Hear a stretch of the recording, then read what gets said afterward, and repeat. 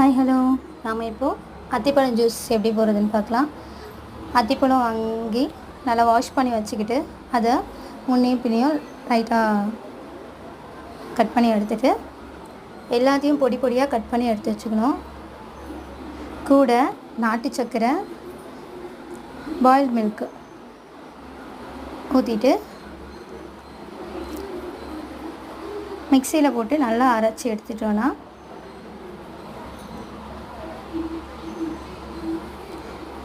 இதில் நிறைய haemoglobin level அதிகமாக்கும். பத்தாததுக்கு உடம்பு சோர்வாக இருந்தால் அது சரி பண்ணும். கலோரிகள் கம்மியாக இருக்கிறதோட வெயிட் லாஸ்க்கும் இது நல்லா ஹெல்ப் பண்ணுது. உடம்புக்கு ரொம்ப நல்லது அத்திப்பழம். நல்லா கிரைண்ட் பண்ணி எடுத்துக்கிட்டோன்னா ஃபினிஷ். டேஸ்டான அத்திப்பழ ஜூஸ் ரெடி. பாருங்கள், செமையாக இருக்குது, நல்லாவும் இருக்குது. கூட ஹனி வேணால் சேர்த்துக்கலாம்.